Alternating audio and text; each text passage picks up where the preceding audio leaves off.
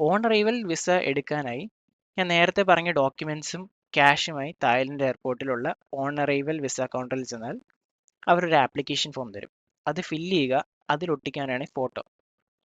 അത് ഫില്ല് ചെയ്ത് ഒപ്പം നമ്മുടെ കയ്യിലുള്ള ഡോക്യുമെന്റ്സ് കൊടുത്താൽ അവർ പാസ്പോർട്ടിൽ വിസ സ്റ്റാമ്പ് ചെയ്ത് തരും. ചിലപ്പോൾ ക്യൂ നിൽക്കേണ്ടി വരും കേട്ടോ.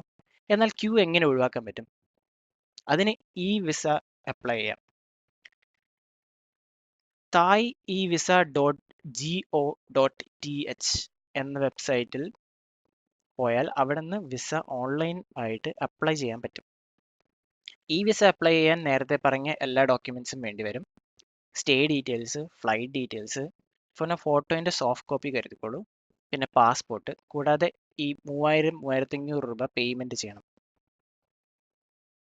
കുറച്ച് ദിവസം കഴിഞ്ഞ് വിസ കിട്ടും. പിന്നെ നേരെ തായ്ലൻഡിലേക്ക്.